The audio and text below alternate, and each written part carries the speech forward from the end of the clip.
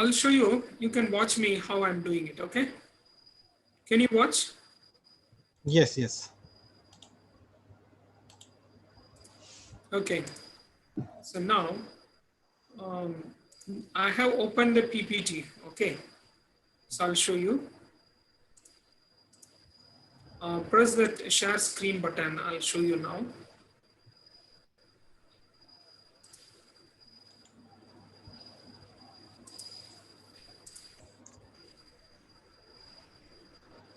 So in that, you just open the presentation button first, right? Yes, yes. Okay. So it is open. So in this PPT, could you able to see the PPT? Yes. Okay. Then after opening the PPT, you can just click full view and you can, yeah. Now, can you see that full view of PPT? No.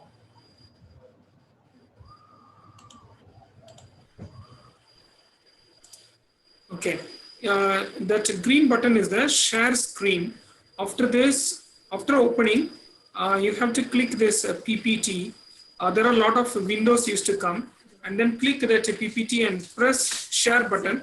Then automatically it will come. There's no error. Now you see that the buttons are green and it's exactly coming. Yeah. In my case, it's showing error 105035.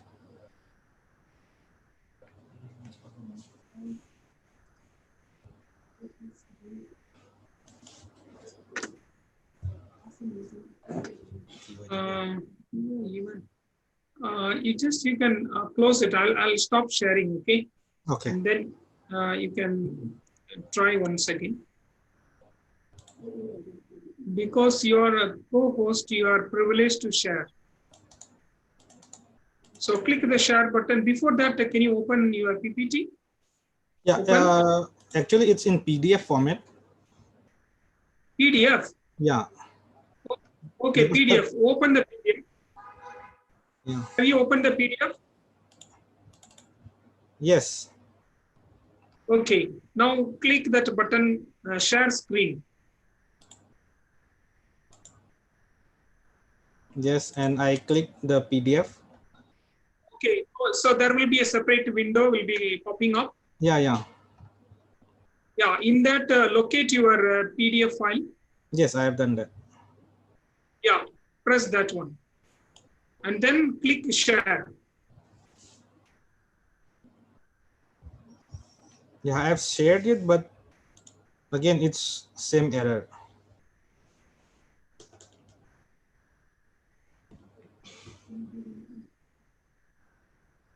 Can you send your PPT to me? My email ID. I will do it. Yeah. I'll type in a chat box. You send to me. I'll open it for you. Yeah. What's You the look at the email? chat box. I am. What's your email ID? Yeah, just check it in the chat box. I have typed it. Check the chat box. Okay, okay. CHF.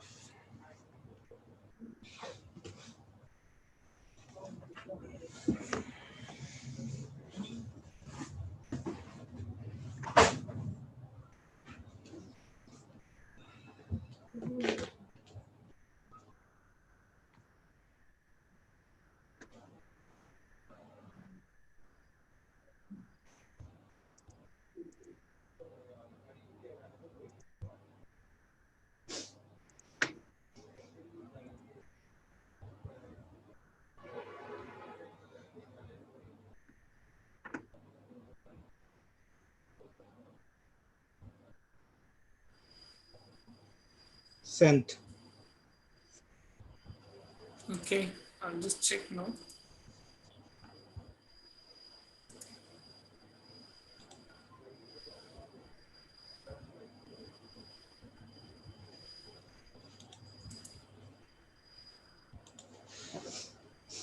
Yeah. Tarat admin, no? Yeah. Okay, you have PPT also. Both. Yeah, PPT is not working properly. That's why I made the PDF also. Okay. No, both the things has to work. I'll open it for you now. Yeah. You can speak from here. We will operate. Okay.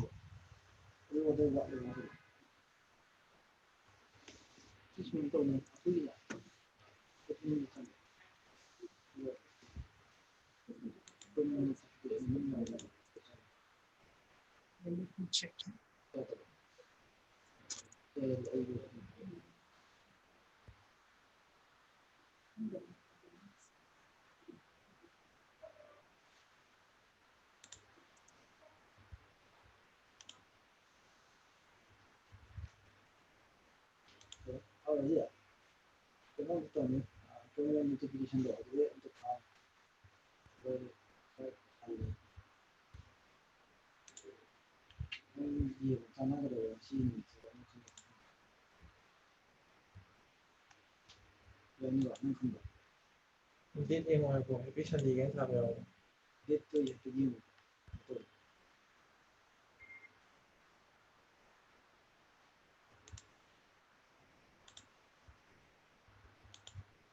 Your PPT has some problem.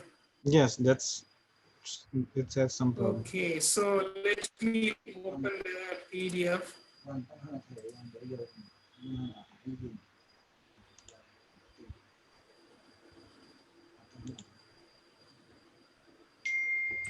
Actually, your PPT is prepared. You have what you have prepared. It is not saved properly. Might be that's.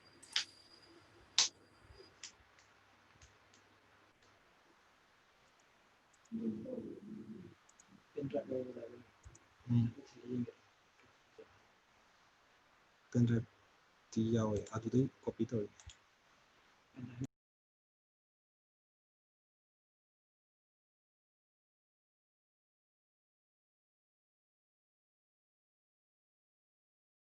PDF looks to be okay. I'll open it.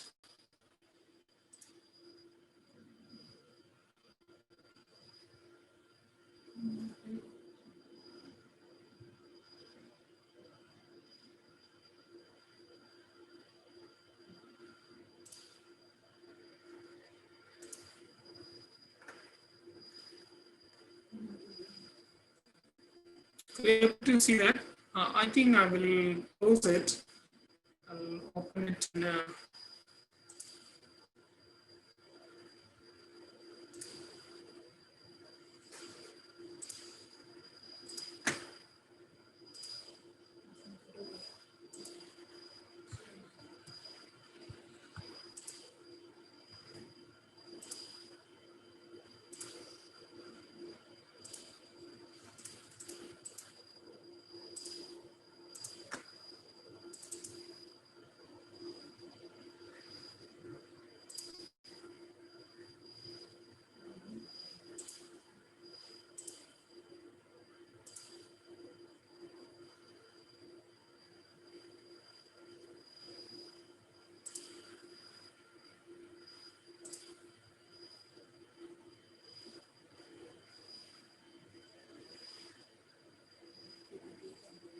yeah, it's showing past. No, you have to, yeah, resume share to click that one.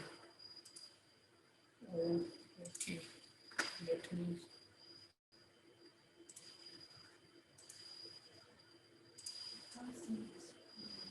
Hmm?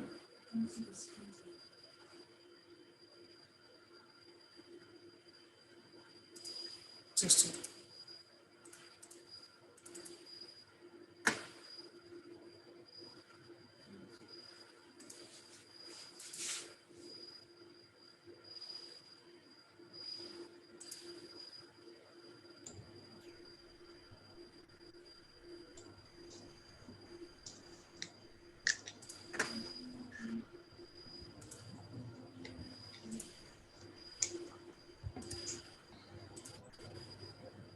Can you see now? Can you see? Yes, I can see. Yeah. You can also open from your computer. you have to open it in a Chrome. Actually, you are using within other PDF format. That's why it is not compatible. So can I operate here from here? Yeah, if you can, then it's fine. Can we do it in full screen or something like that? The PDF? Yeah, full screen. It won't come here because in PPT only full screen will come. Okay. Yeah, is it?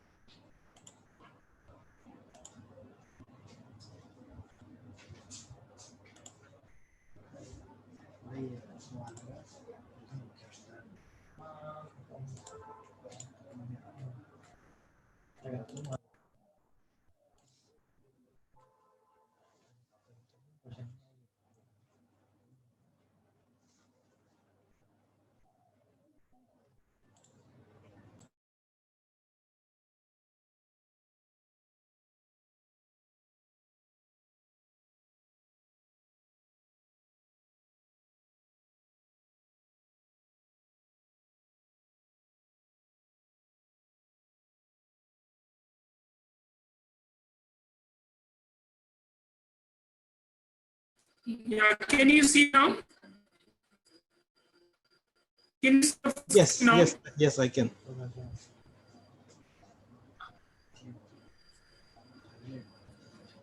Yeah, dear participant, good afternoon to everyone. So it's a great privilege to have Mr. Birbal Chinkampam. Is a business management graduate from Mangalore University and is having vast experience in the startup. So we welcome you, sir, for our this ninth webinar for the entrepreneurship masterclass, transforming an idea into successful venture. So I'll request our organizing secretary to introduce about our speaker.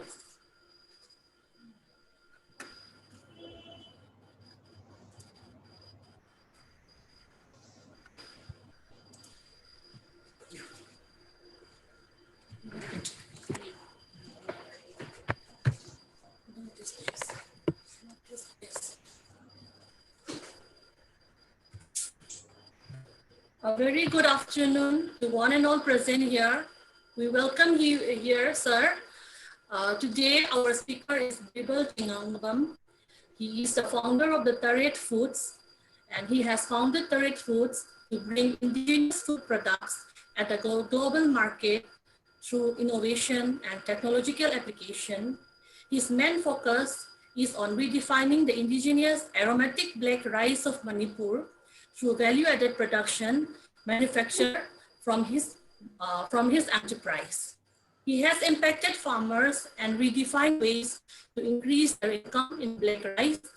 He has recently launched Chakhao Gula, also mean black rice gulab jamun, and exotic and delicious food products.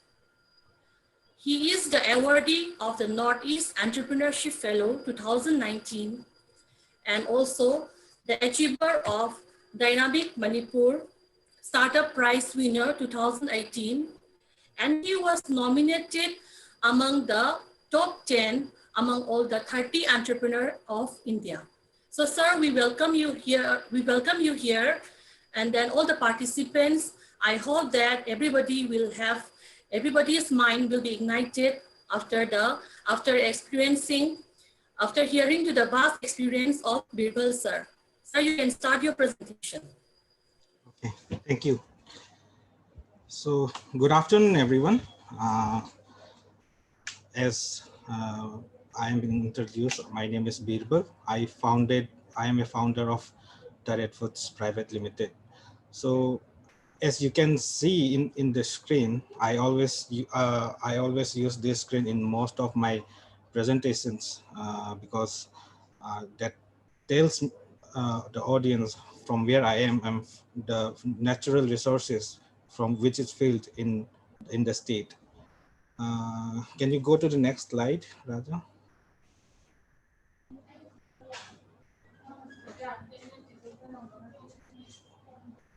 So, Direct Foods. So I will just introduce how I uh, come into entrepreneurship or this startup adventure.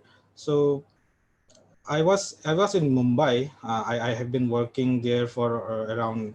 I have been working in Bangalore and Mumbai for around 5 to 6 years in different MNCs.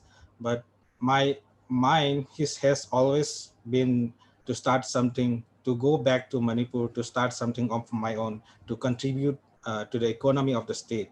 So with that in mind, I came back from from Mumbai in the year 2000, late 2015, around that, and jumped into this startup and entrepreneurship adventure in the year 2016.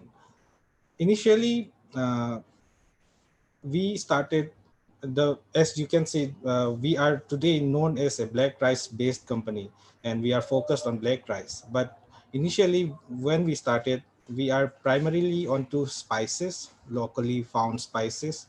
So we started mixing different type of spices for ready to eat, ready to cook, to mix into ready to cook foods. So that's how we started.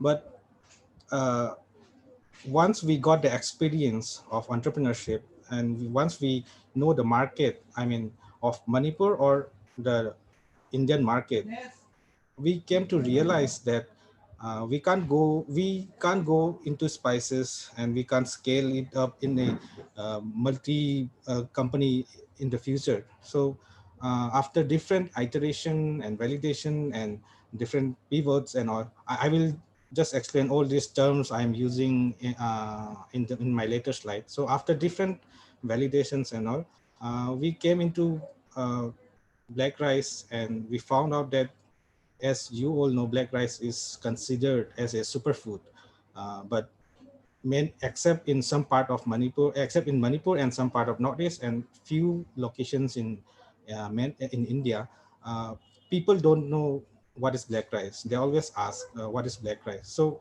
knowing the health advantages and its concept and the impact it can bring in the farmers of Manipur and Northeast, we started uh, we started to focus on black rice, and today we are fully black rice based company. And uh, what our aim in the next 5 to 10 years is to bring a revolution. I call it as a purple revolution in Manipur and in Northeast, because people talk about doubling farmers income and improving the living standard of farmers, but we can't double the incomes through normal traditional way of farming, or uh, through traditional rice farming and all those. But we can give the same farmer who are growing black rice, and the same farmer who are growing normal rice, we can give double income to the farmers who are growing black rice. So that's how we are trying to impact in a larger way, and that's why we wanted to bring a purple revolution in Northeast in the next 5 to 10 years. And we are proud to say that we are the first company who gives the world black rice bhujia. So that you might have eaten normal bhujia and all, but we experimented that black rice bhujia as our first product in the black rice category. So that's our first product, and no one had uh, produced black rice bhujia before us. So we can proudly say that we are the first company to bring black rice bhujia to the world. Uh, Rajas, third slide.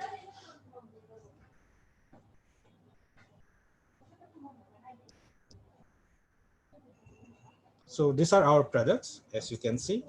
Uh, the left side is black rice bhujia. We call it in Manipur is chakao.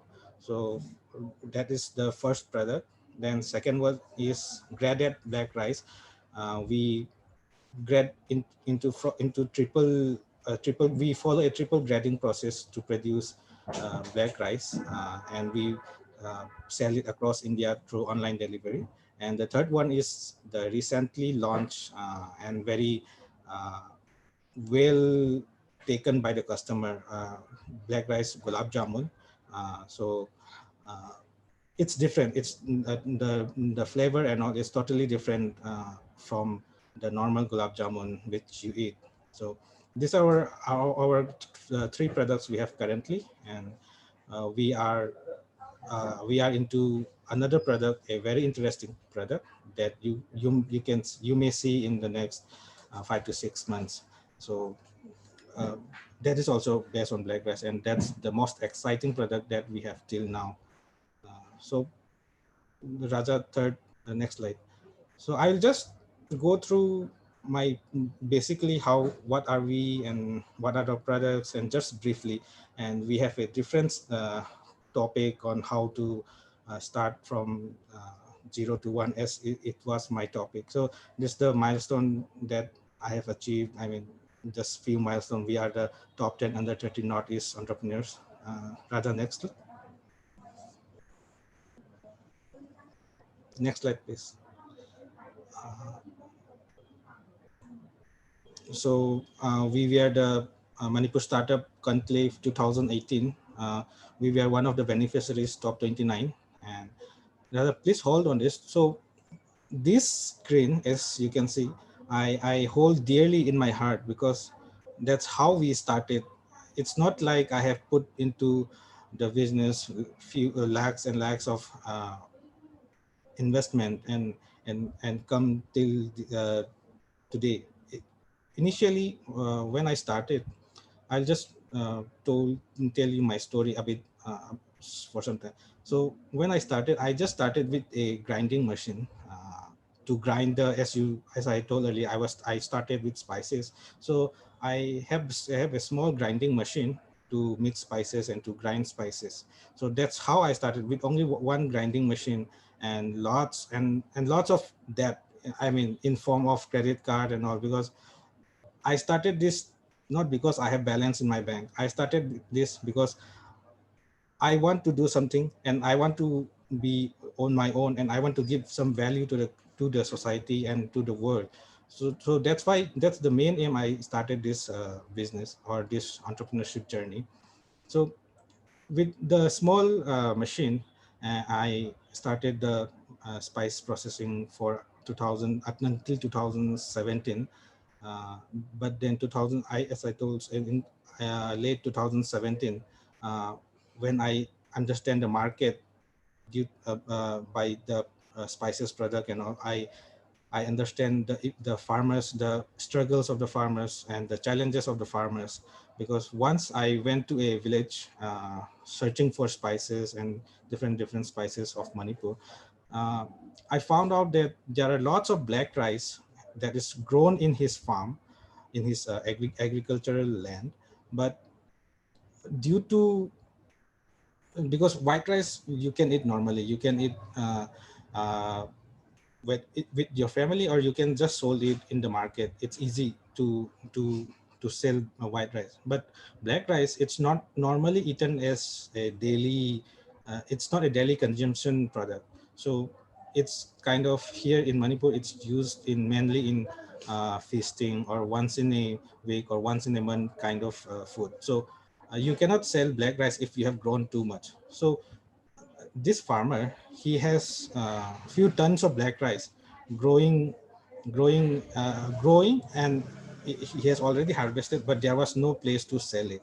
So that's when I started interacting with the farmer, and why it is not sold. The farmers tell, like, there are schemes and all from this, I can't exactly tell from where, but there are schemes and all. Because of those schemes, he he grown black rice in some few acres of land, but there was no purchaser after harvesting. So that's why it has been lying in his place. Then at the same time, I was searching for a product which I can not only market in Manipur or not only market in Northeast. I wanted to market in India or market in the whole world. So that time and the coincidence of meeting the farmer, I realized what can we do? What can we do through black rice? Because till now we only know we can eat is a rice like normal rice or as a kheer. That was the only two option. People normally don't know any other value added products at that time. That was in 2017, except for a few local hotel. So I started. I bought some black rice and I grinded in my grinding machine, some and turned it into flour and started making bhujia because in any kind of snacks product, I think bhujia is the easiest to make, and I don't have any machineries or any setup or any investment or any amount to purchase big machineries to produce some other fancy products. So I bought one bhujia making handheld. You might have seen in Amazon and all.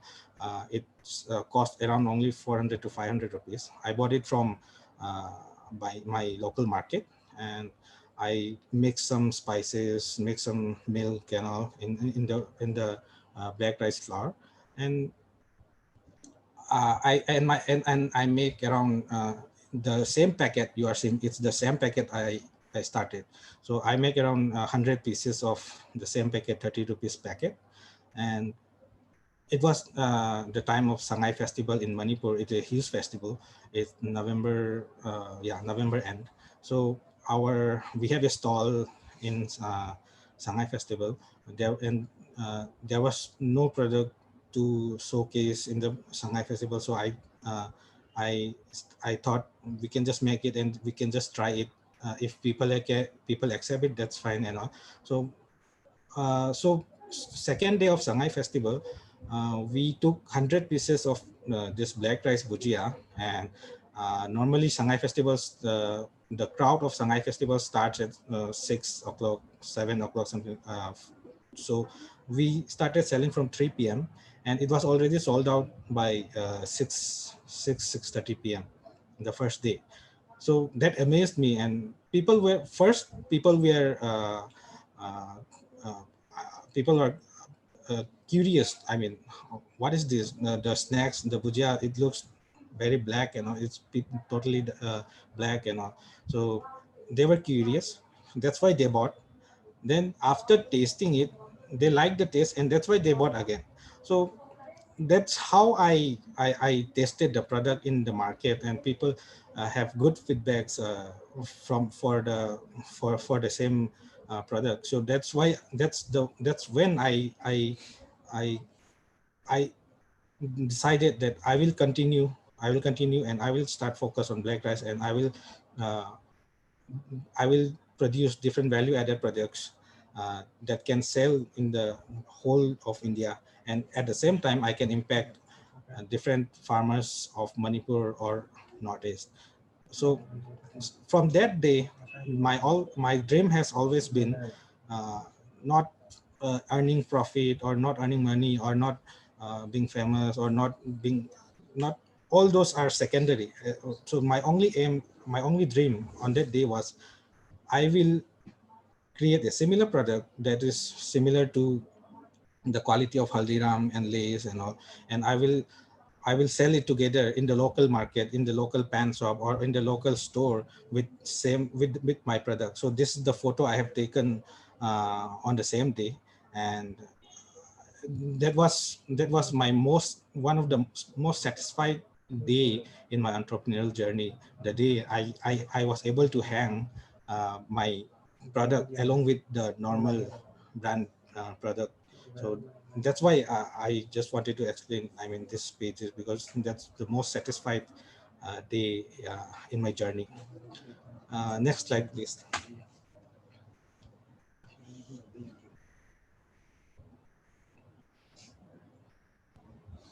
so this our aim or our vision of direct foods is not only earning profit or not only in the financial or business world. So we always wanted to impact the society. And as when I say society, it's mainly into the farmers society. So we have direct connection with many farmers of Manipur, especially the black rice from farmers, and indirectly we have connections to through farmer producer company, agri department, Manipur Organic Mission Agency, so through them we are procuring black rice. And we hope that we may create a greater impact not only in Manipur but in the whole Northeast. We want to create a greater impact to all the farmers through production of and through cultivation of black rice. Next slide, please.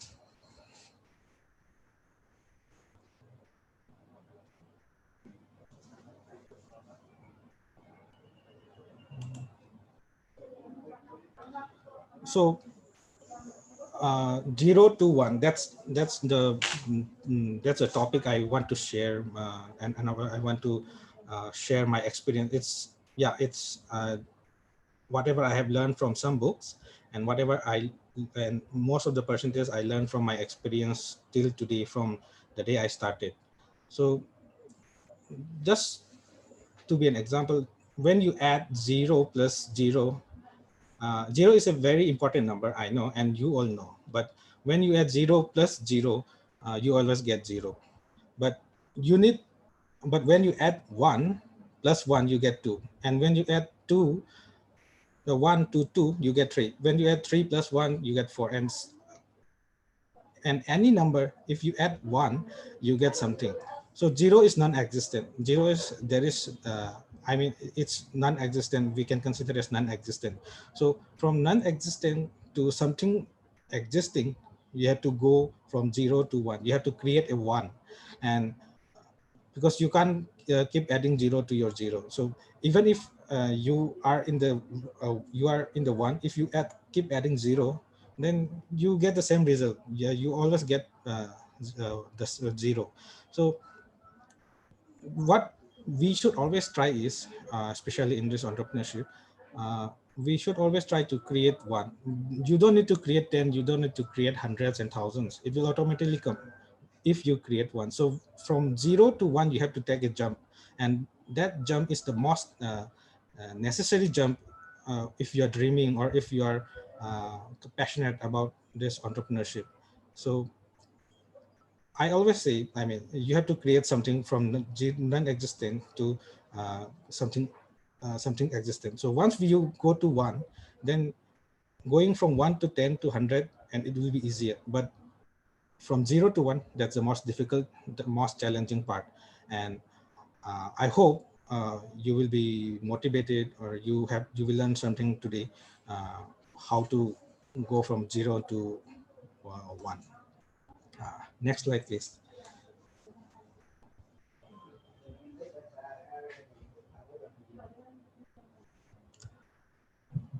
So committed, and that's the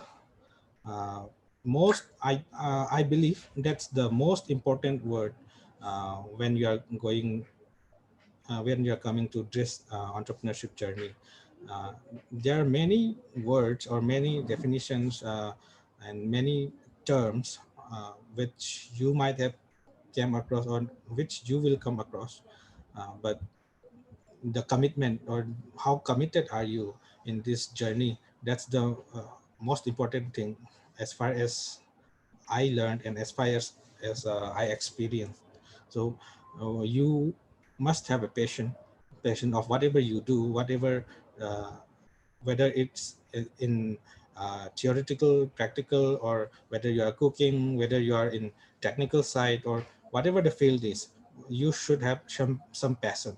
So once you have passion, and uh, passion alone does not work in this entrepreneurship journey, because there are many challenges in every step of from coming from 0 to 1. There are many challenges, and the challenges is not you will not able to overcome this with just a passion. So you have to commit, whether you are failing today, whether you are down today, whether you are tired today, you have to wake up tomorrow and we have to grow again. You have to wake up again and you have to do the same thing again, and you have to aim for whatever the goal you have set.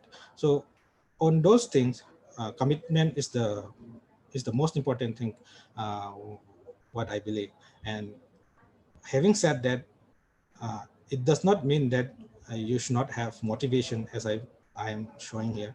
And one more important thing is perseverance, because patience is good. And when you don't have perseverance, uh, because in business it's compulsory and it's 100% right that you are going to be down someday and up someday. So when you are down, you will always think like, I will quit today, and this I will quit today mindset, it will come every day, or it may come someday for you.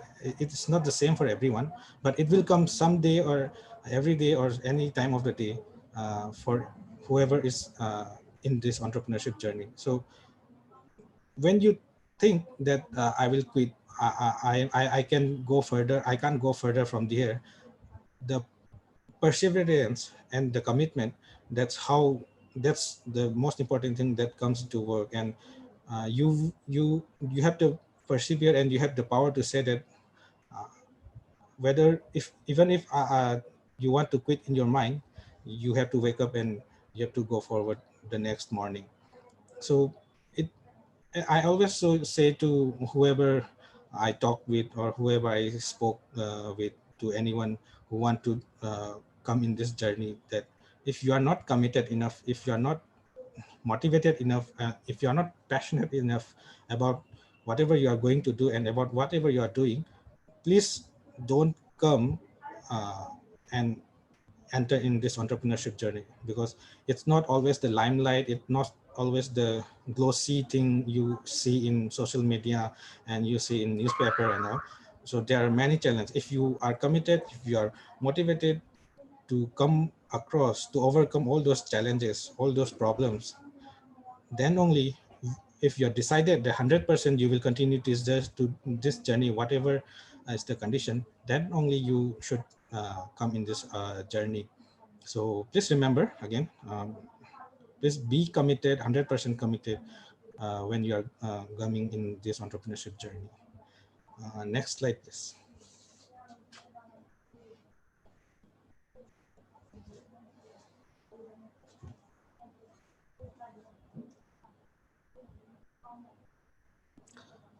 So let's assume that you are passionate enough, you are committed enough, and you are fully motivated to to start to start this entrepreneurship journey.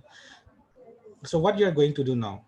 Uh, there are different ways you can go a journey, and similarly there are different ways you can start an entrepreneurship journey.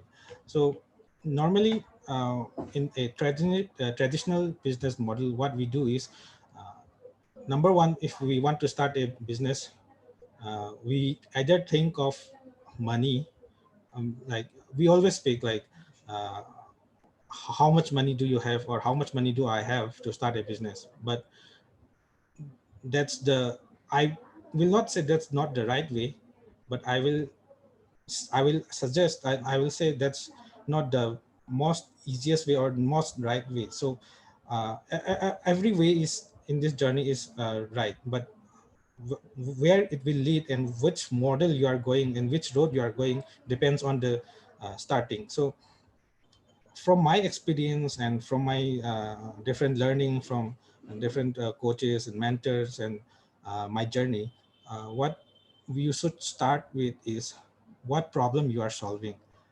It's not, you might have a lot of idea, I mean, you will produce this, you will produce all those stuffs, but you should always start with what problem you are solving, and the solution, whichever you get of the problem, it should be your product or it should be your service. So Excuse me, Raja, is the slide still showing? So I will just explain while Raja is working on that. So you should always think of the problem. It the greater the problem of if the problem is greater and it impacts the whole world. If you have a problem, if you have identified a problem, the whole world is facing, and you have a solution for that, then your business will be successful. And the scale of your business and how successful or how big your business will become depends on the how bigger is the problem. If you have a small problem, if the problem is only for your locality, it will be your business of your locality. If the problem is of your state and the solution you're providing is will be only for your state, and the business will only be with your state. So the the bigger the problem, the solution, the product, the service, it will turn into business, and it will be big depending on how what problem you are solving. So always think of what problem I am solving today with this product, what problem I am solving today, and the solution. From that, you can start your business, because it will be easier if you know the problem, if you identify the problem. Next slide, please.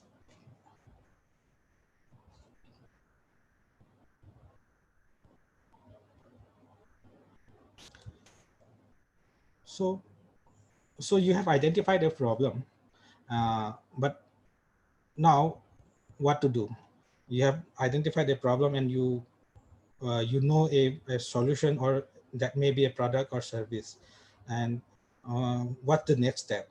And I would suggest people might have, okay, I have this idea, I have this solution, I have this problem that I'm solving for the people. Now it's time to invest. But the problem, whatever you are assuming, is your assumption, and it's not the customer's problem, or it's not the market's problem, it's not people's problem. It may be, or it may not be. So who will say that the problem is there? You will assume that there is a problem. You will find a solution, and you just can't invest or in the product, because in a startup world, and in this startup, we say the term as MVP. Raja, can you go to next slide? So MVP stands for minimum viable product. Raja, next slide. I'll just show you how we started through this next slide. So Raja, next slide, please. I think it's the. Can you go to another slide?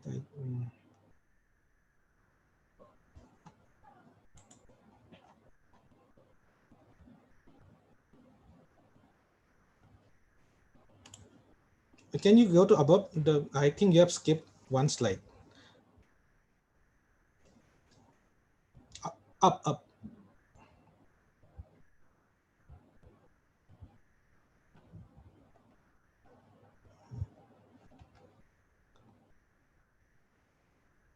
Yeah, after MVP, please go one down.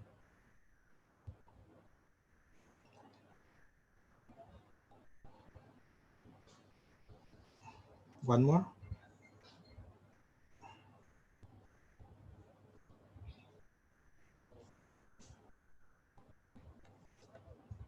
Can you go? Yeah.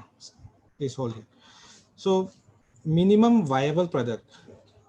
Once you find the problem, and once you find the solution for the problem, Raja, again. So I think you might have seen in the previous screen, the MVP. You see the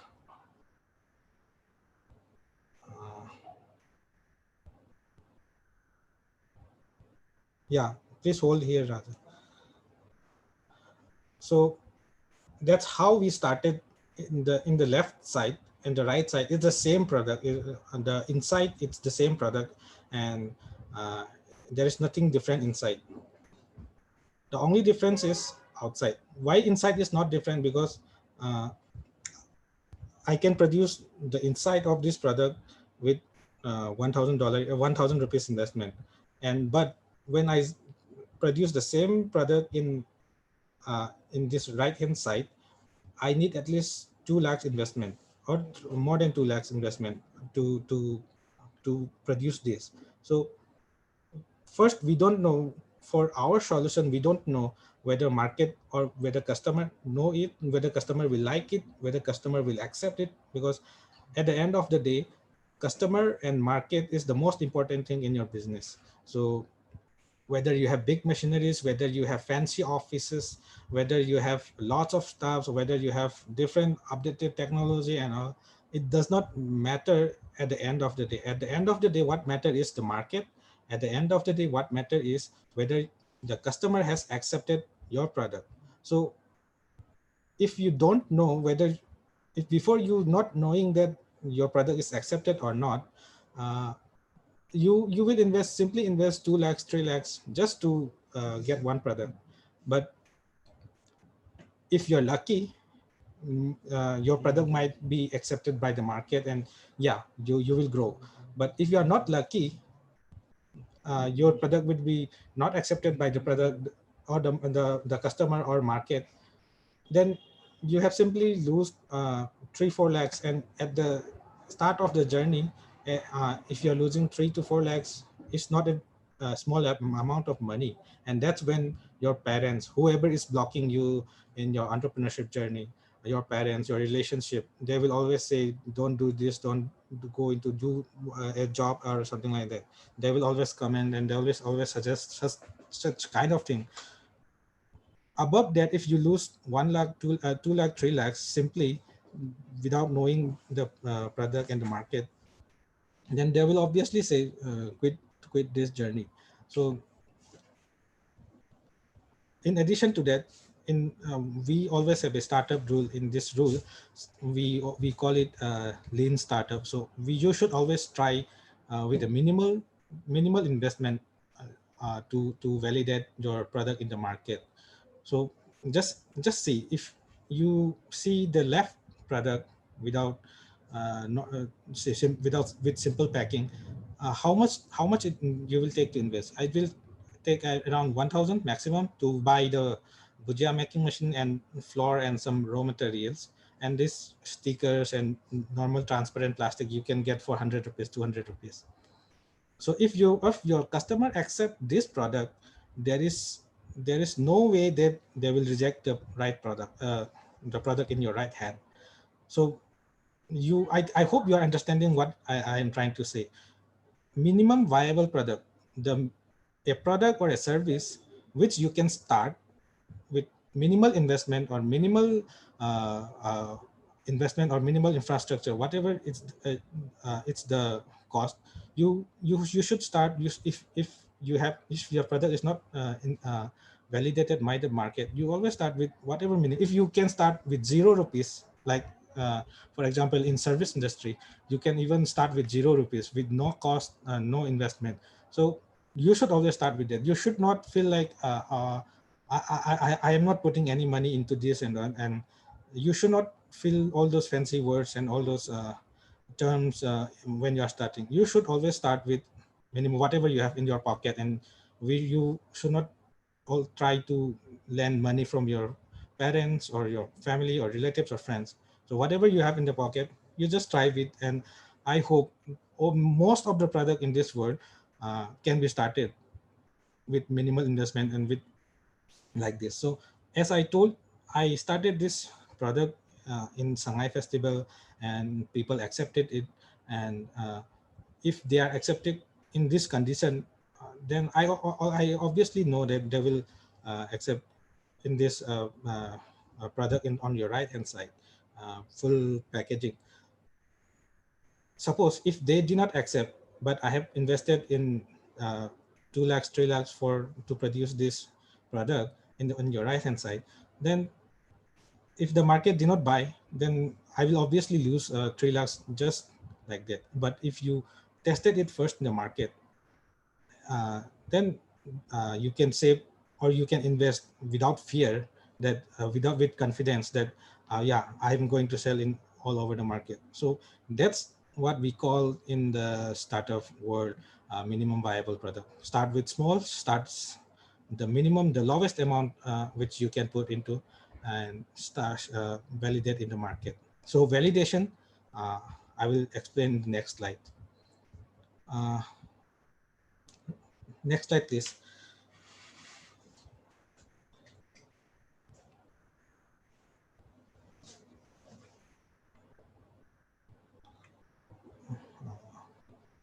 I will just start by when before going. If Raja is listening, please go to the next slide. Yeah, validation. Validation is verifying and validating whether your product is accepted. So it's the next step after you have a minimum viable product. Whether so you have to verify whether market is accepting or not. So there are different type of validation. So you just carry some product and you just sold in the market, you just sell it in the market and directly to the customer or the retailer, and that's the case of product validation. And in case of service validation, there are a few examples like I will just give an example for a service validation with minimal cost. So my friend, he started a service company. I will not explain the name if he don't want it or not. So I'll just mention. So he started a service company, and for service, you don't need all those offices, and you don't need the product, and you can show the product. So what he has done is he will just print a flyer, and he will just open a Facebook account, Facebook page in the brand name, and he will just print some business card, good looking business card. So a good looking business card cost maybe 100 rupees, 200 rupees, and some flyers. And he he started going to the market, and he started uh, distributing those flyers to the customer, to the potential customer in the market. So for example, he distributed 50 flyers, and there, if one customer call, that is more than enough to validate his market. So this friend, he does not have anything. He does not have any. He was just starting up, and he was alone. He does not have any backup to uh, give the service and all. He was just validating the market. So uh, just let's say he is doing a laundry service. Okay, so he does not have a washing machine. He does not have a uh, employee who is going to wash the clothes and all. But what he has done is he has just opened a Facebook page and the flyers and all those things, and he started giving out his number, like saying that I am washing this blankets, all those stuffs. So he gave to 100 to those to 30, 40 customers, and customers started calling, when can I drop, or when can you collect this blanket, this laundry uh, to wash. So he does not have anything. So what he has done is he collected it anyway, because he just wanted to fulfill it. So he collected it, and he gave it to a local laundry or some other washer who is washing blankets and all. So he gave it to them, and he collected again, and he delivered to the customer. So that's how validation works. That's how MVP works. So instead of that, if you follow the traditional model, what people normally do is, if you want to start a laundry washing business, you will buy big machineries. At least it starts from 15,000, 20,000, and you will buy all those big machineries, and you will set up customer care. You will set up your employee to wash all those things, and after that you will go to market. Maybe if you're lucky, you will get lots of customer. If you're not lucky, you will not get any customer, and you will lose the whole investment in the washing machines. So that's how you should validate in the market, and that's how you should work out a minimum viable product. So that's just an example to make you understand the service and product side of how to validate a product in the market. So what we, after validation, what we do is, as you can see in the screen below, two words: iteration and pivot. So iteration is, so you, after you go to the market and after you talk to the customer, you validate the market, validate your product or services, there will be some results. Customer will say I like it, or they will say I don't like it.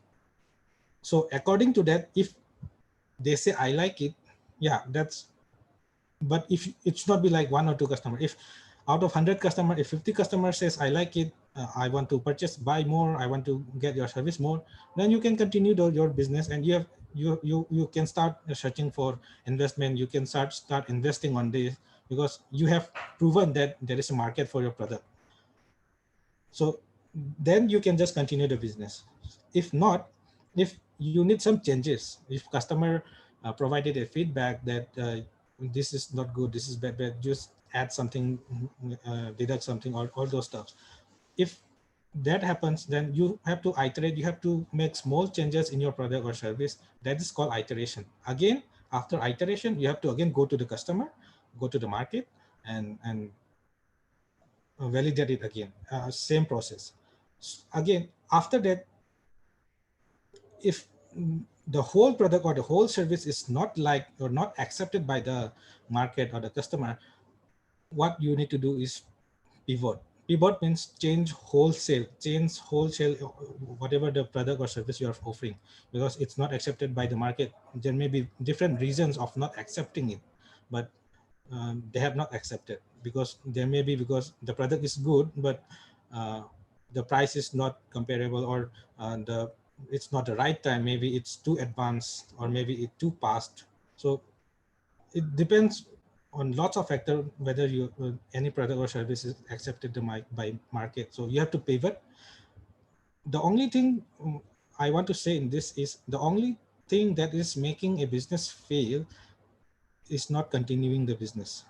There is nothing like a failed business if you keep on continuing, keep on iterating, keep on pivoting, keep on changing your validation, and you just continue to your journey.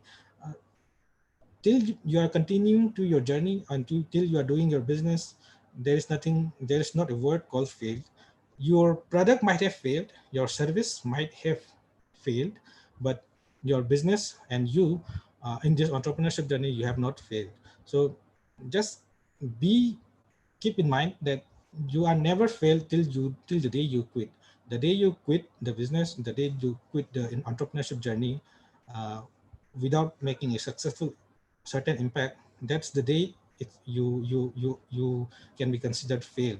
But if you failed in a product, or if you failed in a service, but if you continue in this journey with different iteration, different product, different modeling, then no one can say that you have failed in a particular business. So that's how I want to uh, let you know.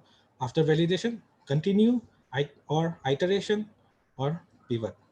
So you have to follow these three things once you started once you completed the validation stage. Next slide, please.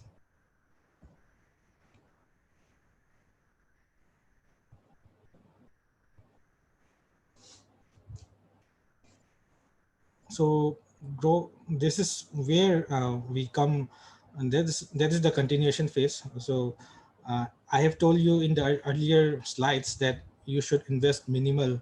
You should invest with. You should start with lowest amount. You should start, if possible, with zero amount. But once you have a proven data in from the market that your business is accepted the market by the market, and you can be successful in this product or service, then you should always think of scaling it. We say it scaling it in business terms. from 1 you have to grow to 10, you have to grow to 20, you have to grow to 30.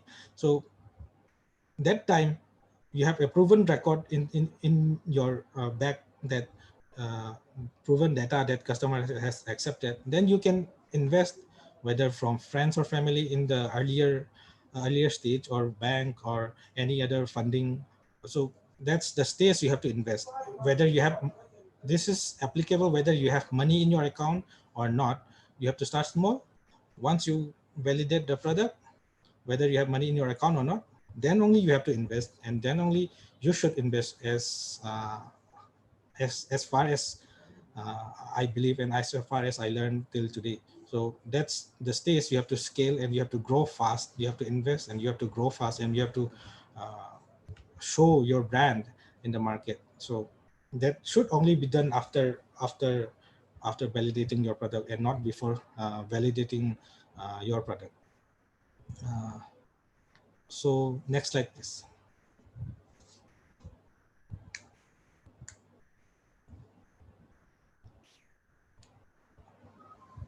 The terms I'm using today, I'm just assuming that most of you, there may be many experienced people, or there may be some who have already started business and all, but I am assuming that majority of you are wanting to start, or student, or some, or like that. So whatever I have started is just to give you an idea of what the terms are, like pivot, what validation, minimum viable product, then what problem you are solving. I just wanted you to know the terms. There are different prospects, there are different aspects, and there are different terms. There are, in this journey, there is no stopping of learning. So you will learn every day. You will learn every day from the day you start journey. And whatever I'm saying, I just to know the term, just to, and whatever I am saying, you will not remember everything. But if you get hold to one of the terms, and if you remember one day that, oh, this was the term he or she shared on that day, I should try this, and I should try MVP, I should try validating the market, then that is more than enough. Because lots of things you will learn once you start the business. But I hope at least few words, if you understand, most importantly the MVP and all those problem solution part, then that'll be more than enough. Having said that, I will use some important terms, important factor that impacts in your starting journey. So mentor, you have teacher for in your colleges, who teach you daily your theoretical practical classes, and from them you learn. So in business also, you should have a teacher. You should have someone who should guide you when you are wrong, who should guide you when you're right. And in like in colleges, you go to teacher, to college to learn from teacher.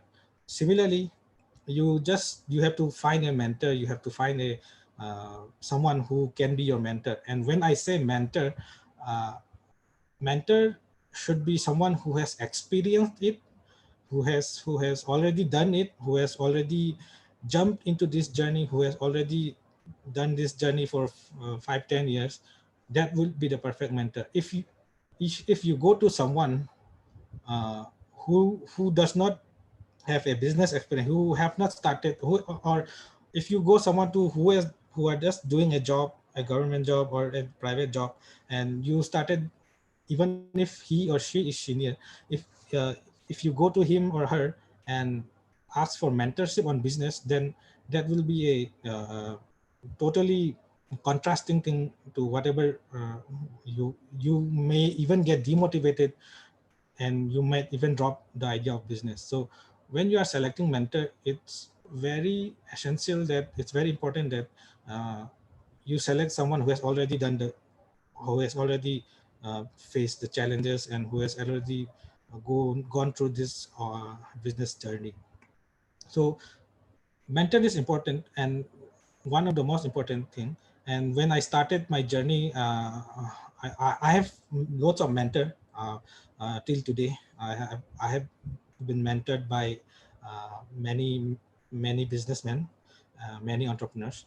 And I always go to them asking for whatever I need, whatever problem I have in business, because in colleges you ask to teacher. In business you have to ask to the mentor, to someone who has already done it. So I always go to. So when I started, from the day I started this business, my mentor is Rosni Kumar Yambem. I think you might have known. He's a business entrepreneur. He's an entrepreneur from Manipur. Uh, in IT sector, Globis Web Solutions. So he is a mentor from the day one.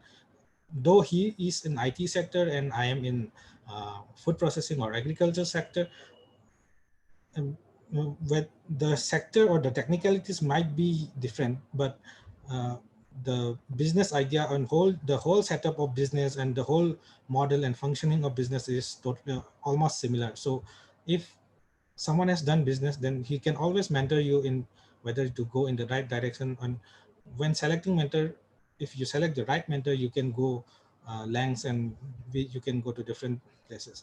So he is my first mentor, and he has guided everything from starting how to start and all those. I have been teaching you like minimum viable product, all those, what is the problem and all. He taught me at that time.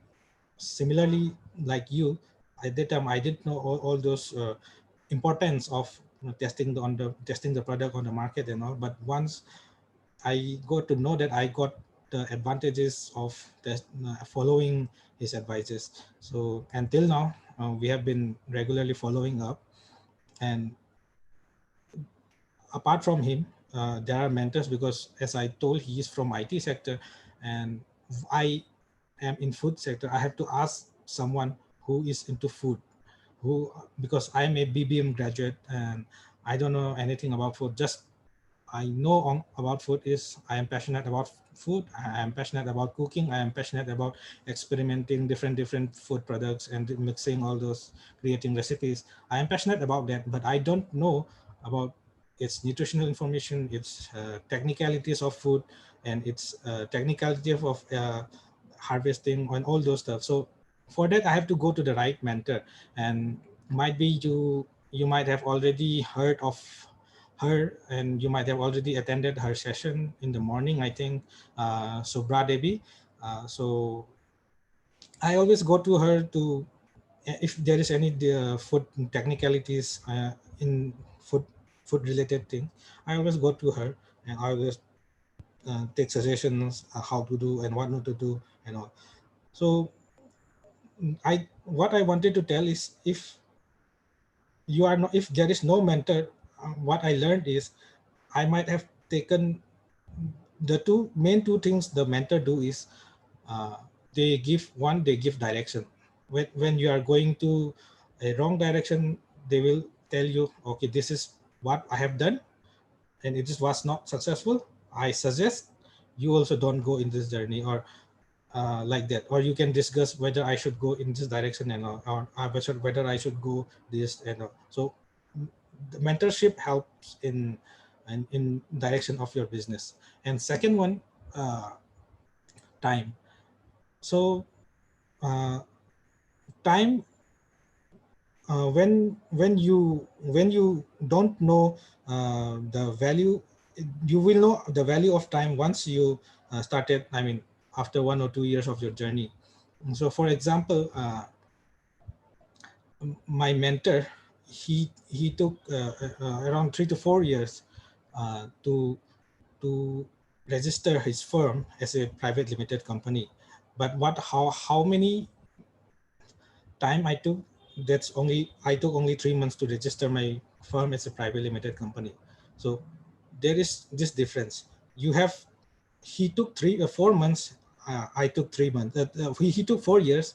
I took 3 years to register a company. So how I took 3 years? Because he have already gone through all those steps, and he know everything about registering a company, and he knows all the tricks and trades of, and the places from, and the service from where you have to take it now. So he just advised me, connect this, connect those, and uh, just like that, he saved me 3.5 years. So that's how you save lots of time if you have a right mentor. And similarly, today, to anyone who when I took today, I came to realize that when I take food safety certificate, because it's food industry, I took almost 6-7 months to this to and to research from where I have to take, to going to and fro to the offices and to websites, searching all those things and all those stuffs, and what is the right registration, license, and all those stuff. So I took almost 6 to 7 months to register finally food safety license. But today, if anyone come to me asking how to do and where to do, so I just go, I just tell them directly, like, you have to go to this, you have to go to this, you have to say, you have to ask for this particular thing. And I heard that he completed many, I mean 3 or 4 who has already asked me, they completed in 1 month easily. So how much time did I save for them? Is 5 months. So similarly, if you have a great mentor, they can save lots of time in different fields and different aspects of your business. And it does not end here as time and direction. Whenever you are down, whenever your business is going to a loss, or well, whenever your sales are down, your mentor always helps to go up and to follow a different strategy. So mentor is important for everything, and I always suggest to anyone to get a mentor. Raja, I could not see the slide.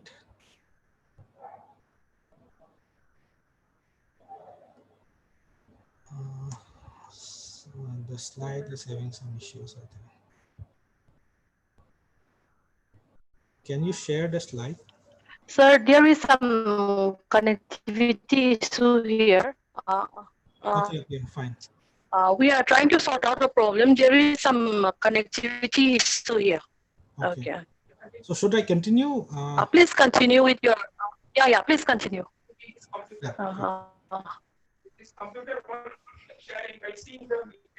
okay. So after mentorship, my next slide is. So you please continue with the session now. Yeah, sure. So after mentorship, what I want to tell is technology, because in this year, in this age, if you are not using technology to your advantages, if you are not using technology uh, to showcase your business or to grow your business, then there you will always lag. You will always lag behind the competition, and you will always cost lots of money from that. Just give me a second.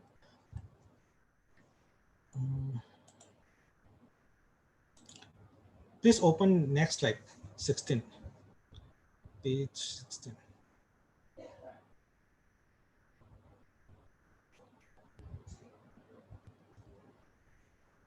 I'll just show you the slide, and it will be easier to explain to you. Yeah, thank you. So technology is very important. It does not mean that you are in agriculture, you can't use technology, because technology is everything in today's world. And whether you are food processing, whether you are just growing in your farms, whether you are just growing mushrooms, or whatever you are doing, you should not think that we can't relate to technology and we are just agriculture, because traditional agriculture, it will always lag behind because of the demanding raging population and all. So, and the main reason people are leaving technology, people are leaving farming, people are leaving agriculture, farmers are leaving agriculture, is because the earnings you get per year, it's and the labor you put, it's totally contrasting. And they thought like it's easier to get a job in the city and just lead a normal life instead of farming. So that's why people are leaving farming. But if you don't want people to leave farming and agriculture, you have to innovate, and you have to apply new technology. You have to apply a ITES, enable services, yet, and there are many AIs, artificial intelligence, and drones, in working for weather forecasting and measurement or pesticide, all insects, or all those stuffs. In today's world, people are using technology to depend less on the human side and to grow, to get more produce from the farm. So you should always think of technology whenever you are starting a business. And when we say technology, yeah, there are advanced technologies like AI and ITES, like sensor in the field and all. But when you are starting, what I will suggest is, yeah, Google, everyone know. You can search anything, you can search everything in Google. And if you don't know anything, yeah, you can always go to your mentor, or you can ask your teacher, or you can ask anyone. But if you still could not find any solution, Google is there. I think I get many solutions of my business in Google. And Google is a very important tool.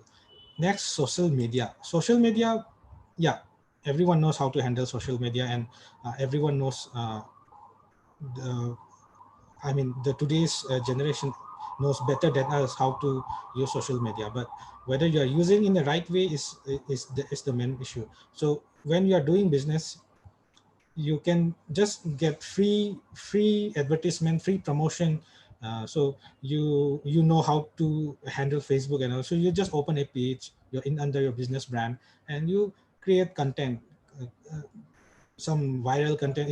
If you can produce some viral content for your firm or for your business, it will reach so many people. It will reach 70,000, 1 lakh people. So, and that is with free of cost. So you should try to use all this available technology in your hand, without taking any extra cost or extra investment in technology.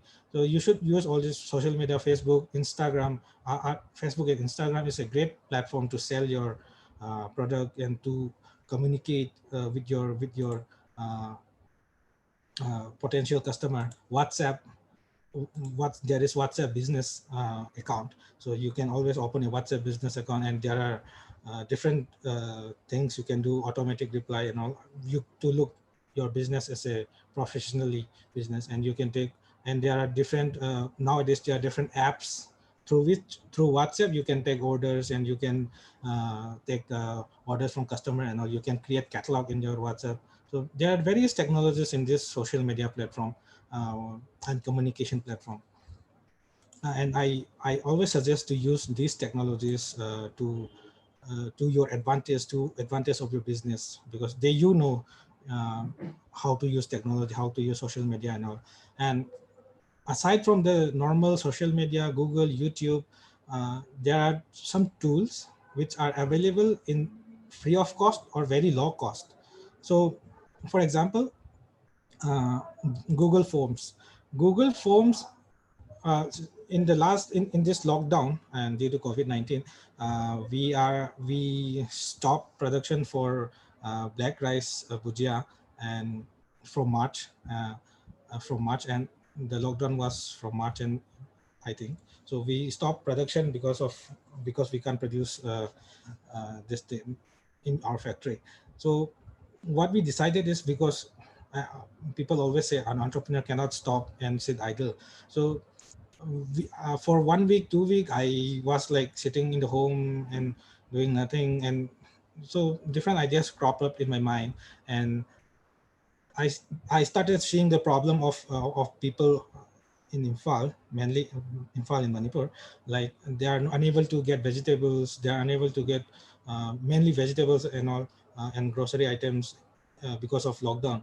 So we started a firm just for the lockdown. We just started a service. We cannot say it is firm or something like that. We started with a service called Taret Agri. It's so, and we just branded it. We just created a logo, and we started taking orders from customer. And there are lots and lots of calls coming in I personally handled around 50 to 60 calls per day.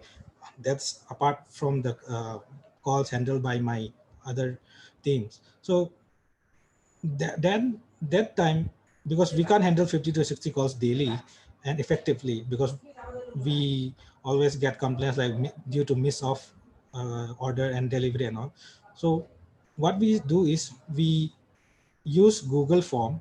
Google Form is just a free tool. You can just, if people might have known, if you don't know, just search in Google, type in Google Forms, and you can find it. So we used Google Forms. We created a product catalog. So and different, we created almost 15 to 20 product catalog with price and all, and we started, whenever a customer call, we didn't even receive the call, we just rejected the call, and we set up like when we reject, we will send an automatic message to, like, whatever you have in your phone, it's automatic reject message. So when we reject, we will send a message to the customer with a link of the Google Forms. So the Google Form links will receive, the customer will receive the Google Form links, and from there they can start taking orders. They can just order whatever the vegetables and fruits they like. So that's how we do a business in this lockdown, without any hiring technologies, or without any using any particular apps. So you have to find different, in Google there are different other such things you can do.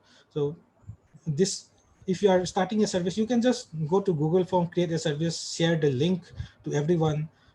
Whoever gets the link, they will just click, and if they are interested, they will get order. You will get the order in your Google Forms, Google Drive, and you can deliver in the next day or the same day. So these are free tools, these are easy tools, and you make use of such tools whenever you are starting. And uh, and I just want to mention another term, Wix, WIX. So this is for making a website. So I am a BBM graduate. I don't know, I'm nil about computer applications and all, but I am just curious to learn all those technologies and all those digital things. So in this lockdown, I started learning making website from Wix. So how much I invested in a fully developed uh, online store website is I think I have invested around 330. That's for 1 year. So you can just go. I started searching different options for making a website. Website means there is no need of coding. There is no need of writing codes and all. You just have to be a good learner, good, and with YouTube you can just learn how to make a website in Wix. You can just search in Google Wix.com. So I make a website called, it's my wife's business. It's a cake business. Uh, it's iniscake.com. Inis, yeah, it's Inis Cake, INYSCAKE.com. INYSCAKE. So why I'm mentioning is, even me, who does not know anything about technology, who does not know anything about coding and all, I have successfully built a website, and it started selling cakes and all from those websites. And so you can just use, and it's very budget friendly. You can start with 330 something, just a website. So I'm just telling how the options, how you have to search, and how you have to learn to do things easily, to make yourself easy, and not to always invest on whatever technologies you have. You just first use the free technologies. So try to use the technologies, just get around whatever technologies, free apps and all that are in the market, and just use in your advantages. Next slide. I think we are nearing the time. So focus. I will just tell it briefly. So what you need is focus in your business, because at the idea stage and at the initial stage, you will always think of different ideas, I mean, from today you will think of processing this, tomorrow you will think of processing that, tomorrow you will think of starting a service, tomorrow again, day after tomorrow you will think of the starting service, because you will always think that, okay, business is better, this business is better, this idea is better, this idea is better. You will always commit with different ideas. So what you have to learn is you have to learn to say no to all those ideas into yourself, because ideas crop up every time. And what many startup do is they fall in the trap of ideas and they finally fall down, because and you always wanted to jump into many ideas, and you always think that uh, I am trying different things. So if you try different things daily or every week or every month, then you will finally fall down. So I always suggest, just be focused on whatever you're doing today. And it does not mean that if your product or service is failing, just change to another idea. But it should not be like every day you are changing the idea. It should be at least 3 months, 6 months.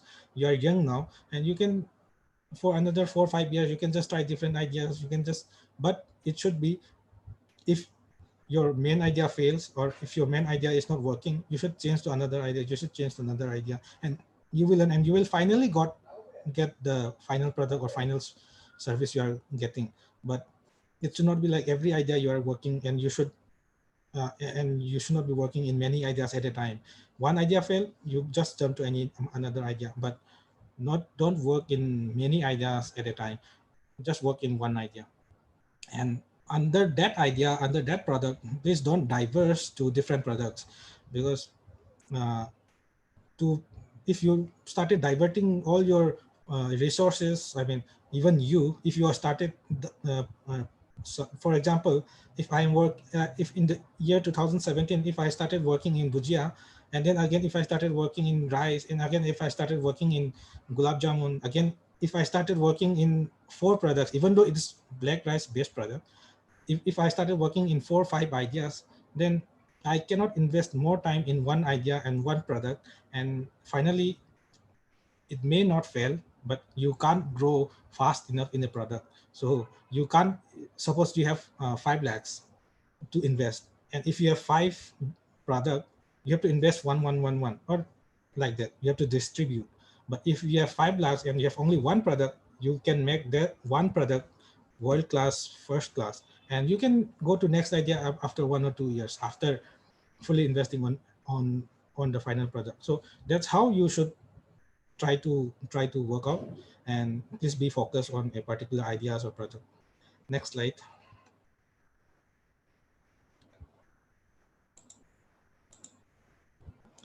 I'll just continue.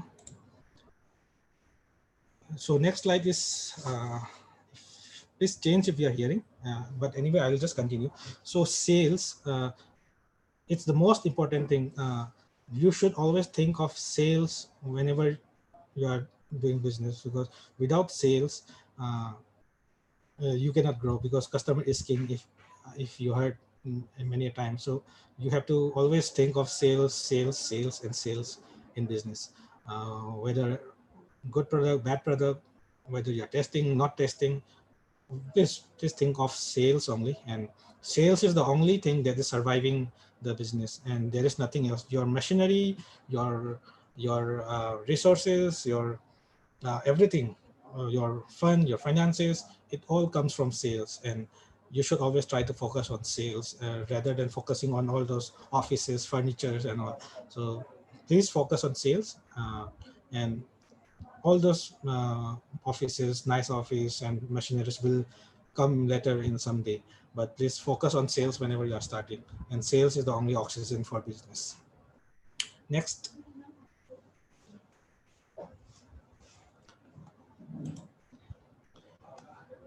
Okay, so next please, it's little bit early to say this at this stage, but I'll just say, cash, uh, for a business, cash is king. Because whether if suppose if you have 5 lakhs suppose there are two businesses who one have 5 lakhs and another also 5 lakhs. So if one business invested 5 lakhs in 4 lakhs in machinery, and another business invested machinery for 1 lakhs in machinery, uh, the the business which is getting 4 lakhs in sales in cash, he will always survive with any difficulties. He will always grow. He will always come through difficult times, and he will always be the winner in the business. So you will come to learn about this a bit later, but I just wanted to mention to just preserve cash, whatever you are having, just keep it in your account and just don't use in unnecessary machineries or unnecessary furniture. So your cash is a very important thing in your business. And if you can't pay your employee, if you can't uh, buy your raw materials, and if you don't have cash for that, uh, your business will die. So I just wanted to say that cash is very important, and you will learn this sometime. But just wanted to mention for this one. Next slide. So the next slide is it's asset light. Uh, when I say asset light, normally in service, it's always asset light because there is minimal or less asset in a service industry. And but in the manufacturing industry, there is always asset is always important, whether you are doing in plant and machineries and all. So asset is very important in manufacturing sector. But having said that, like technology, we never used in agriculture, but we are using today. Similarly, asset light or less asset or limited less number of asset, but whatever possible, you should have less asset, less fixed asset. So it's a new term in uh, I can't say it's a new term because it has been they have been using in service and technology industries, but in manufacturing also we can make asset light, and there are different models to make our business asset light.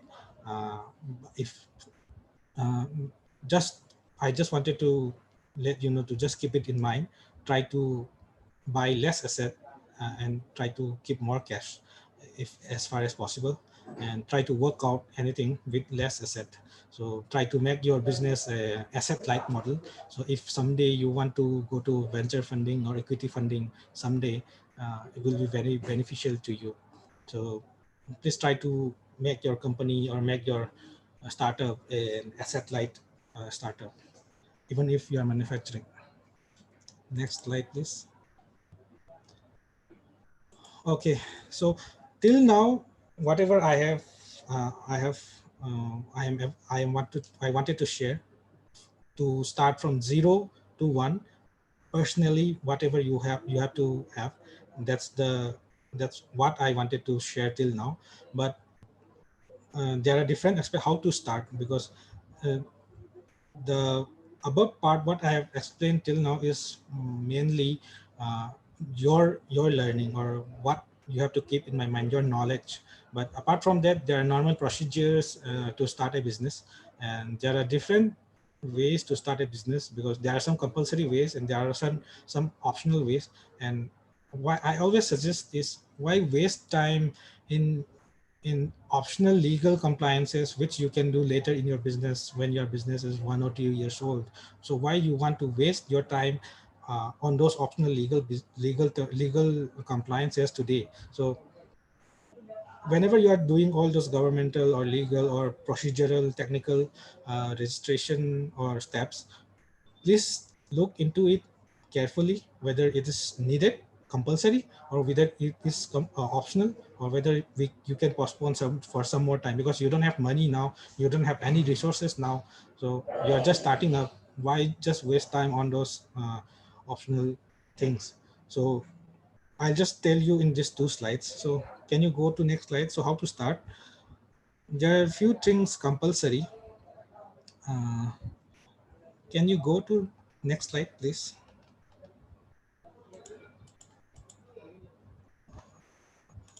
There are some links I just want to tell you.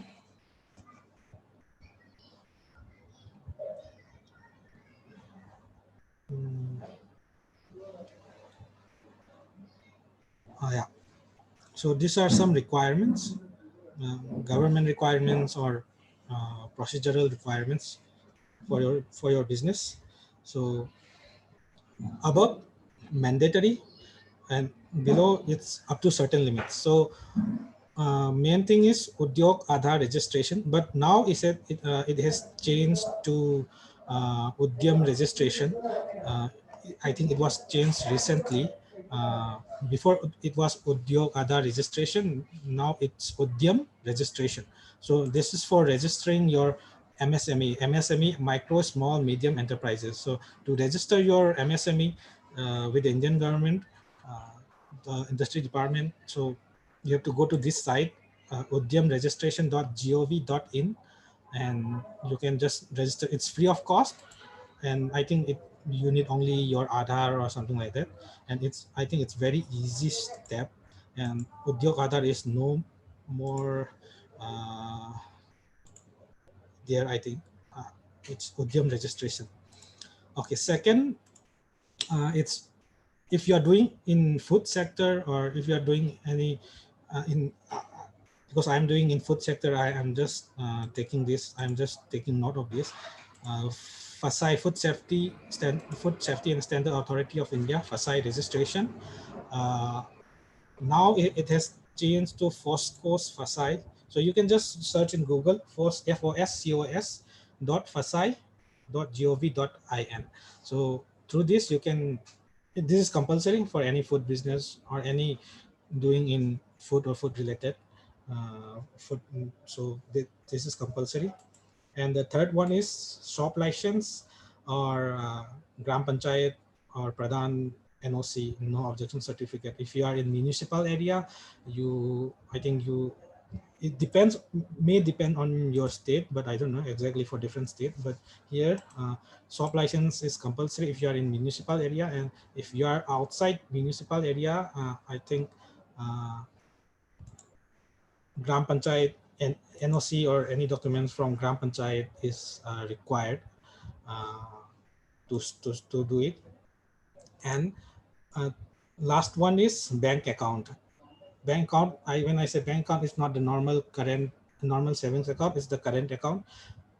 Bank account is not compulsory to start a business, but if it is compulsory, as far as I know, as my experience, because without bank account you cannot operate, you cannot go to certain heights. Because if you are planning to go to big sales, or if you are planning to go and expand your business, then earlier the bank account process is done better for your business, because someday you will be taking loans and all, but you will go to bank and you, without having a current account, you will say, I have done this business, I have done this sales, please give me a loan.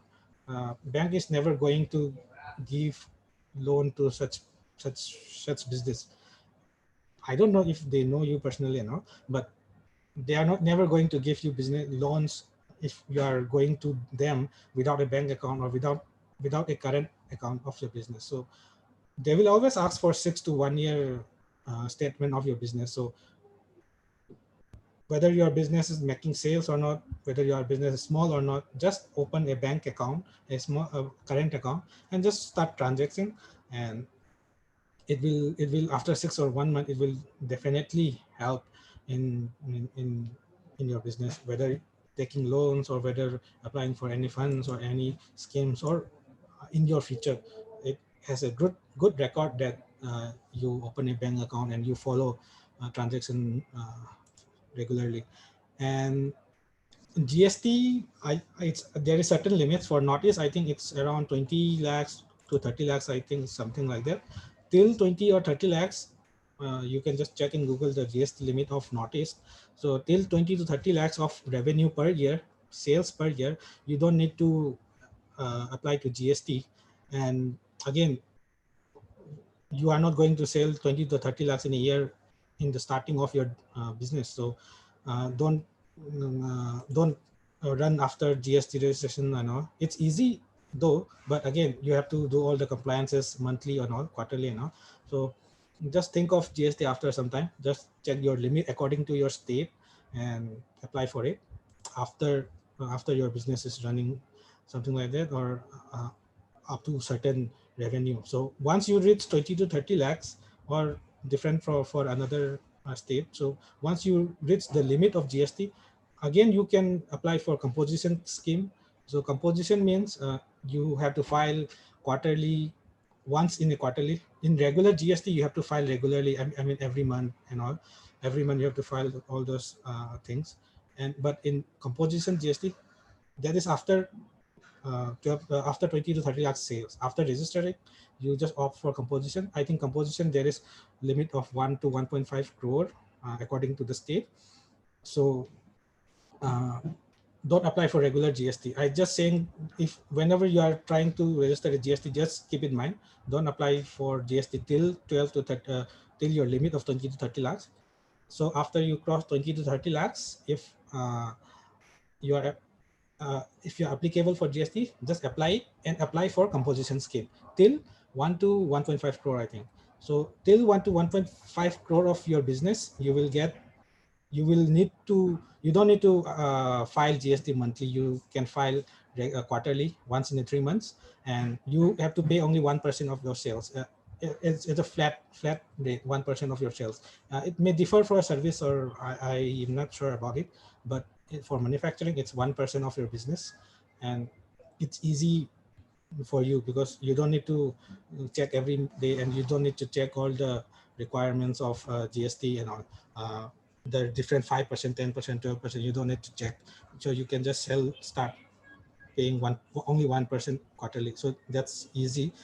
I think almost PF, ESI, Provident Fund, employee statement, this will come after a few years in business, 1 or 2 years in business. So don't go after all those tips. So just for these 4 parameters, mandatory, just check this, and it's very easy. And again, I just wanted to remind whoever doing this food business, FASAI, please go for registration, not for license. There are 2 types of registering in FASAI, food safety. There is like one called registration, and there is one called license. So if you go for license, it will cost more to you because licenses a bit different. So if whenever you are starting up to 12 lakh, I think 12 to 15, I think it's 12 lakh, uh, you don't need to go for license. You go for registration, and you can just apply it in your website, FASAI website. There is no need to go for offices and all. So go for registration processing, and the cost is very less, in hundreds, and it's the compliance and all is easier for registration. So up to 12 lakhs of sales per year, you can go for registration of food safety. So that's the thing. Can you go to the next slide? It's about to finish. It's about to get over. So that's the mandatory requirements. I just wanted to know, to make your process easier, so that, because I have I have hold up in government requirements and all those requirements for 6 to 1 year. So I don't want to, I don't want anyone who is starting in this group to face the same business, the same problem that I had. So just avoid whatever is not compulsory. And this is just your requirement. What I want to see is start. Don't wait for perfecting your product. Don't wait for perfect product, because a product can never be perfect, because you can go on improving as you grow your business, but don't wait for perfection in your business. You just start whatever you have now and learn regularly. Because if you are not learning, then someone will compete and someone will win over you. And it's very important to learn and update whatever the technologies you have. Next slide.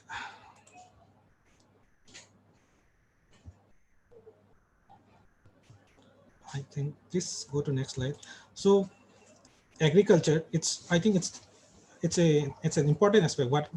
Where technology, it may be different technology, and there are different latest technology, but in the past, in the present, and in the future, what I believe is agriculture is there to stay, and agriculture is the most important thing. So however advanced is your technology, if you are not applying it in agriculture, uh, we are going to face scarcity in this world, because population are increasing, but agriculture produce are not increasing. So, and traditional agriculture will not work anymore in this setup. So for the future, just try to apply new technologies in agriculture, what different AIs and all, ITES services and all. So try to, if if you are a student of in agriculture, you might have known whatever I can apply, what technology I can apply and what technology I cannot apply. Even if you are not a technologist, you can refer someone, you can join with someone to co-found a startup, a technology startup, or agriculture based technology startup. So I always prefer, like, please use technology in agriculture and to expand it, because it's a very important thing, whether past, present, or future. So I think that's whatever I have to say for now, for today. And thank you everyone for giving this opportunity. And if you have any questions, then we can share. Right, Raja is there.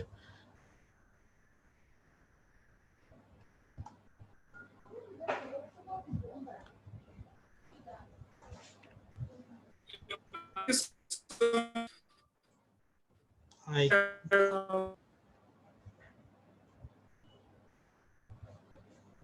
I think I cannot hear someone is speaking.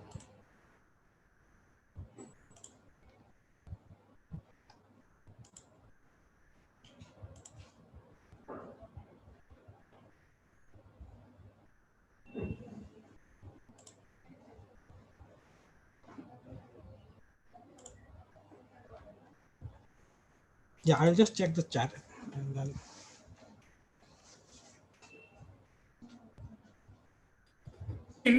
Can add very important one.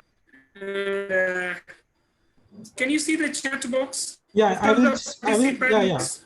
I cannot hear properly, so I will see the chat and I will try to answer whatever possible. So I'll go from first. I think good afternoon. So I will start from this. Sorry, Raja, I cannot hear you. So, so I'll just start answering the question. Yeah, you can. Yeah.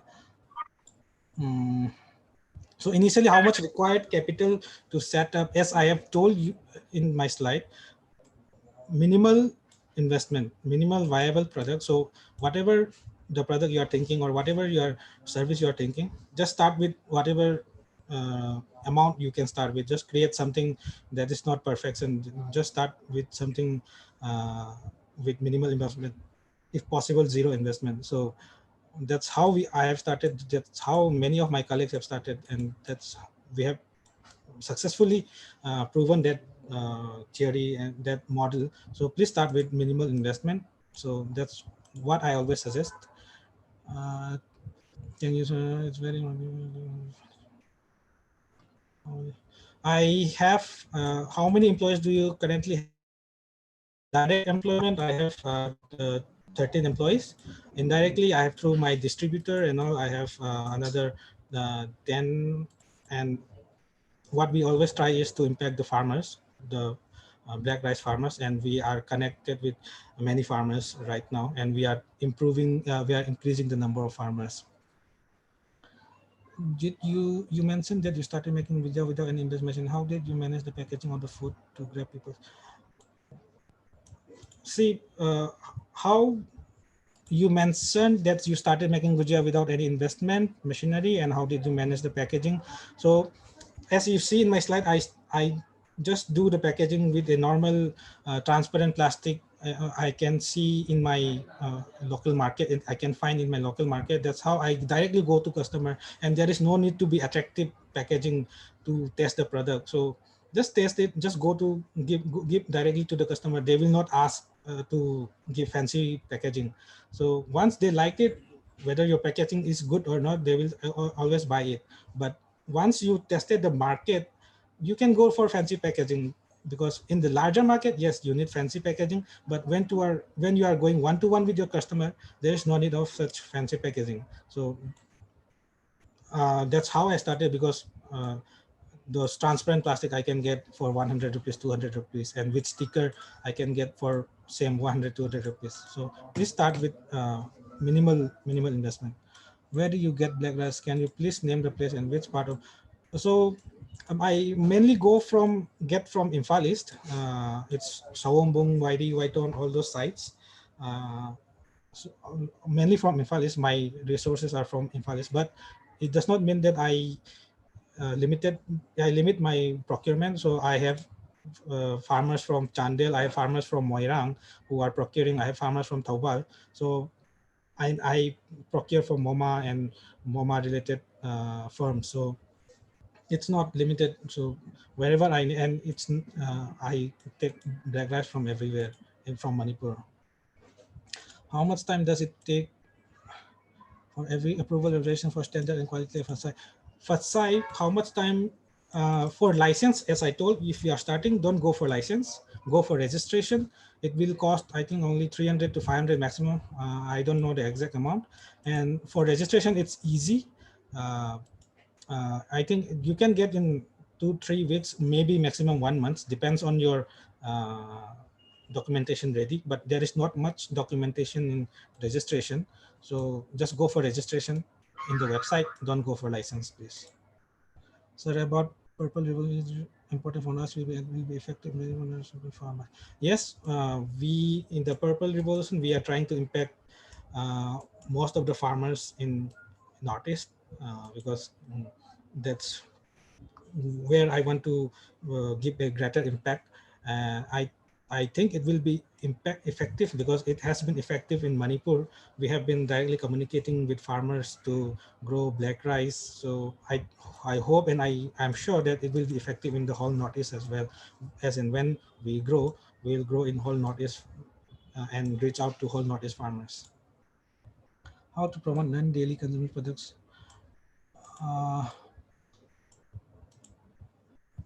Non-daily consumption, I am not sure what we are trying to refer, how to promote, but for promotion, it's as I said, Facebook, Instagram, YouTube, all those things, and free tools in the Google's websites and WhatsApp. You have to make your content.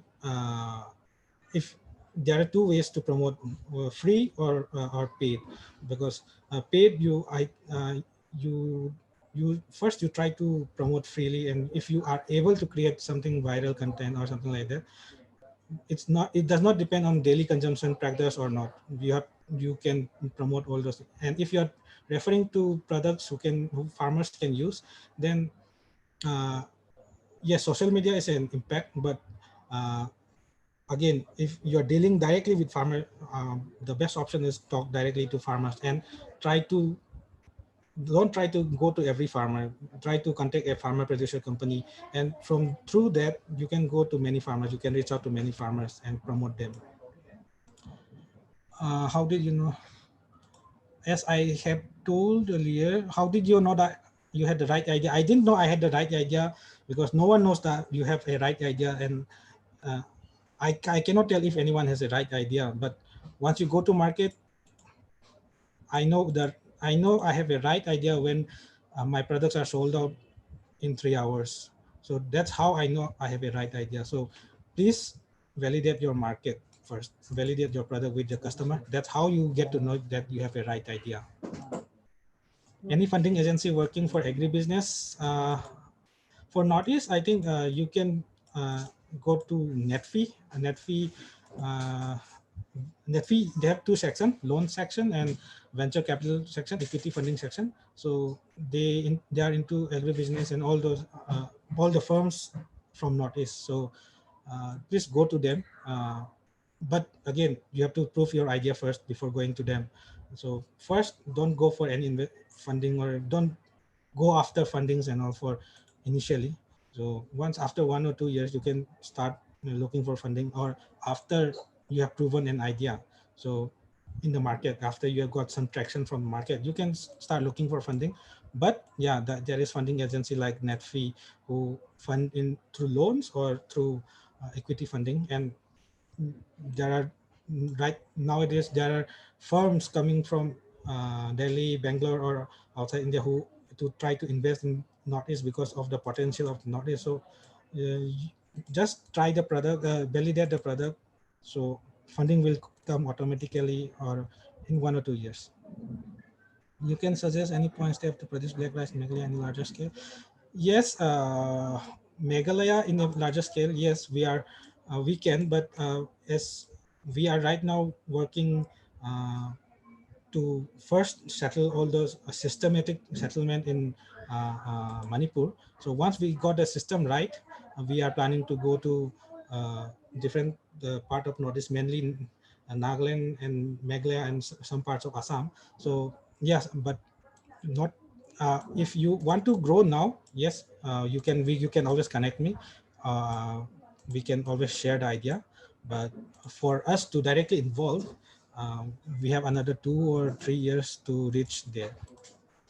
Sir, is there any chances of introducing black rice or other states? Yes, yes, I told earlier we are planning to introduce black rice farming in other states. Benefits, the benefits for black rice is the antioxidant part, that's the main thing, and other many benefits are there. In you can just search in Google, there are many benefits of black rice, but the main benefit is the purple color, the black color you found in black rice, because of, and that contains lots of antioxidant. How do you face competition of similar products in the market? So my advantages is how do you face competition of similar products in the market? My advantages is I started first. I am a first mover advantage. Again, once I I validated the market, I invest whatever I have in one product. I don't follow other people like to diverse my product to different bakery product, all those products and all. So I focus only in Bujia, and that helps me in investing whatever I have in Bujia and make it world class product or uh, a quality product. But if you have 5-6 variety, because my competitors have 5-6 variety, and they cannot focus on one product, and obviously they cannot invest in one product.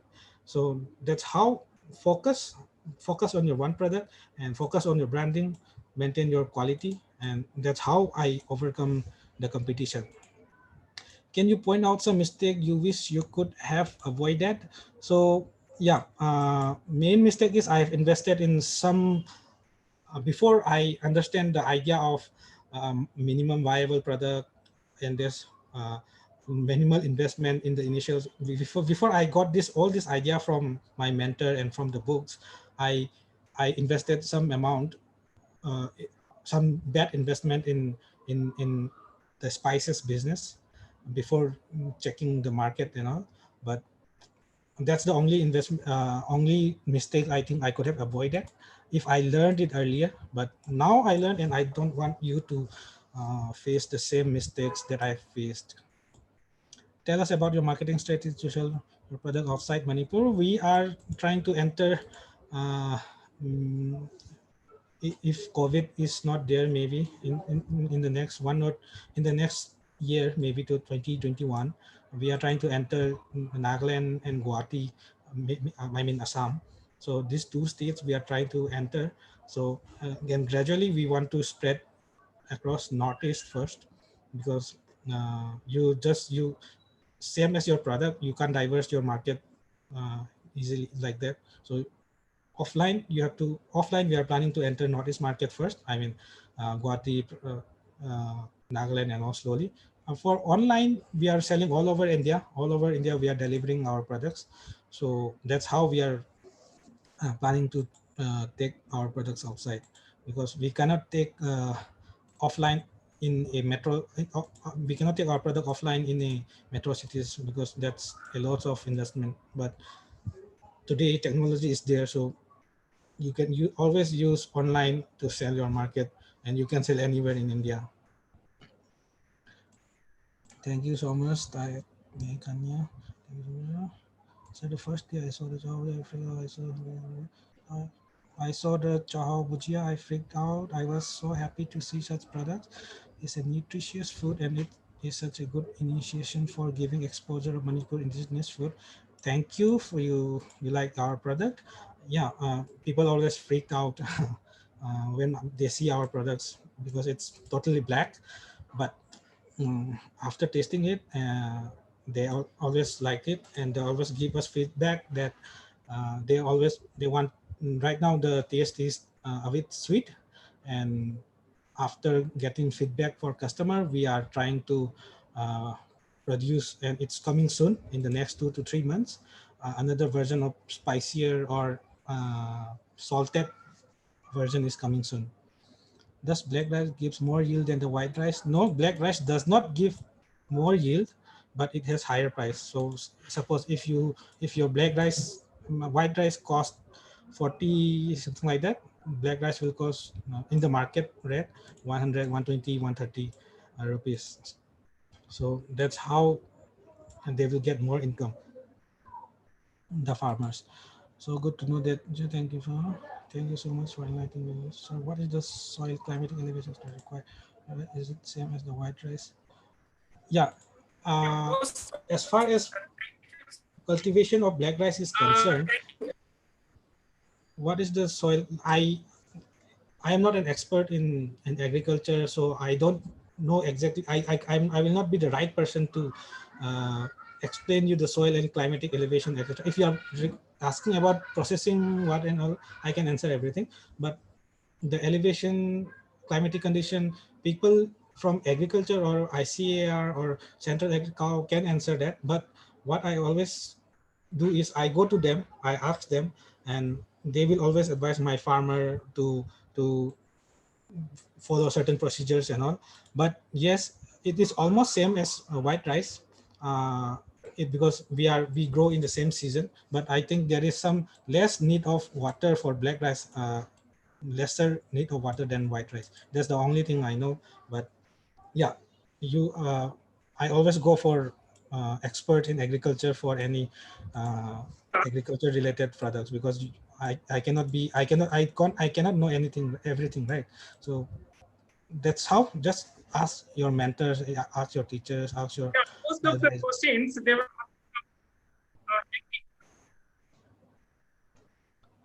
most of the questions are technical part, and I yes, think yes, we will take a yes. most of the questions are students. They are most, and I think we will answer it. I have one Yeah, question, last question yeah. to you.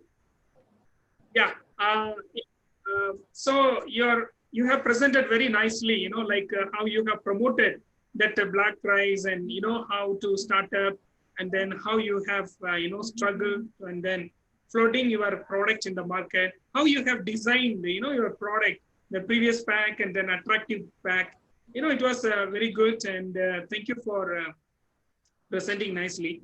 Yeah, My thank you. question is, like, some other product I have seen in a Imphal market, so like dried mushrooms, like juicier, even Sisophyllum commune. A lot of mushrooms are there. Can you think about that to promote the high level, because storing capacity also very high in Imphal market? There are so many mushrooms. Are there anyone doing that marketing of that kind of dried mushrooms? As far as I know, for mushrooms in Imphal or in Manipur, there are lots of growers, but the market is a bit scattered. I mean, a bit unorganized. There is no brand that they can say that we are a mushroom brand.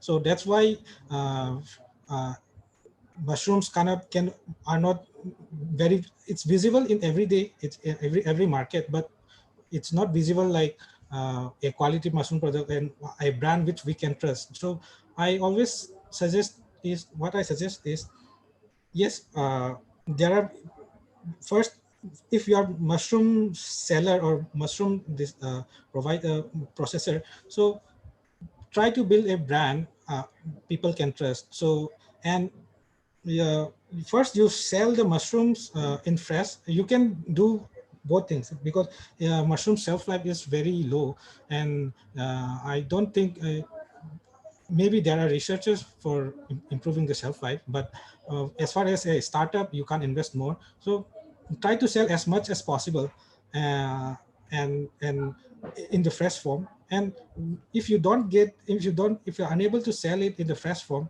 you just process it in your firm only. You can process into pickles, you can process into dry form, powder form, or anything like that. So that's how you will make less loss of mushroom. And most importantly is make a good brand of your mushroom, and just don't follow the normal channel of selling, going to market, selling to retailer, then again coming back. So build a page, build a platform, use technology to reach your story to your customer. It's not about only selling and buying of product or mushroom. It's about telling the story. There you have to tell the story of how farmers grow there, and how it is brought here, and how it's reached the customer, and how we are building the brand like that. So it's a bit a complicated process, but it's not like it's as I said earlier, the main reason is because there is no organized or systematic or branded company who is dealing in mushroom. It's all about many firms trying to sell whatever they can. So try to focus on mushroom, and try to produce a strong brand of mushroom, and try to improve in one product, or one product of mushroom. And gradually you can introduce another type of mushroom and try to impact more farmers. You don't need to grow mushrooms. What happened is people grow mushrooms, they same people come to market, and same people is selling, and same people is going again back and growing the mushroom. So just don't grow mushroom, just collect from every farmer, so that they can grow more mushrooms and you can sell more, and it will benefit both of the farmers and the seller. So if you are trying to start anything in mushroom, yeah, if they cannot supply the mushroom, it's fine. But if mushroom is uh, mushroom are lots in Manipur or Imphal, then try to build a brand of mushroom by connecting with different farmers, and not just to grow and sell it to the market. So because it will be a very difficult task, but if you can connect 10, 20, 30 farmers of mushrooms, and you can sell it under a good brand, and your focus should be on trying to create the story of mushroom and reach out to the people, to the customer, because everyone knows mushroom, everyone is consuming mushroom. You just need to make a brand, a strong brand, and a quality brand, a brand that people can trust, and sell it to the market. So I think that's the plan we should follow if anyone is starting. And yeah, in future you can grow or according to the demand or not, but for now please try to focus on a brand by connecting different farmers. And I think this may help in it. Many might have a different idea. If there is any good idea they can come up, it's good, but I think for mushroom you should try to create a good brand. Yeah, thank you so much. I think we are running out of time. And Yes. dear students and participants, whatever the questions, we have record of it. I will email to him. I think he will give the reply. I'll send it in a group mail. Okay. So Yeah, sure. finally, thank you, Birbal, the young entrepreneur. And I think like you, there are so many. I wish that so many entrepreneurs will come up in the Northeast and promote, indigenous food and the local plants and the product to the global level. You have rightly said, there's a lot of potentials. Even dried mushroom they are selling, but bring into global form, export into foreign countries. So that will give an identity to our indigenous product, even nearby countries, Burma, Thailand, Bangladesh. It's a nearby country, we can start approaching it. Product coming from Bangladesh, prawn, lychee juice, these are coming from there. Why don't we send our product to neighbor countries like Bhutan, Nepal, Bangladesh, Burma, and Vietnam, even Thailand. So thank you for inspiring your lecture from the beginning. I think you have given a great lecture to our participants, the students, for how to bring out a local indigenous food product to the global platform. I think they have got all the message, and thank you so much. And I think these queries, please answer it through email. Yeah, Thank yeah, you sure. so much. Yeah, thank you very much. Thank you, everyone. I'll take a minute. All the students and participants, why don't you start your video so that I will keep a record of it. And attendance will be taken tomorrow. So today we will not take any attendance. Tomorrow we will take. Okay. Yeah, some network problem. So tomorrow we will take the attendance. Start your video. This will be your record. It will be there with us. Your names are reflecting. So today this screenshot will be our record.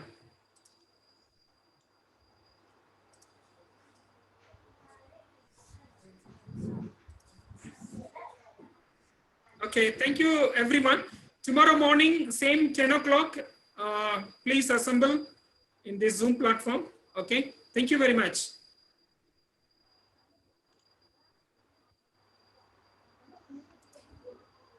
Thank you everyone.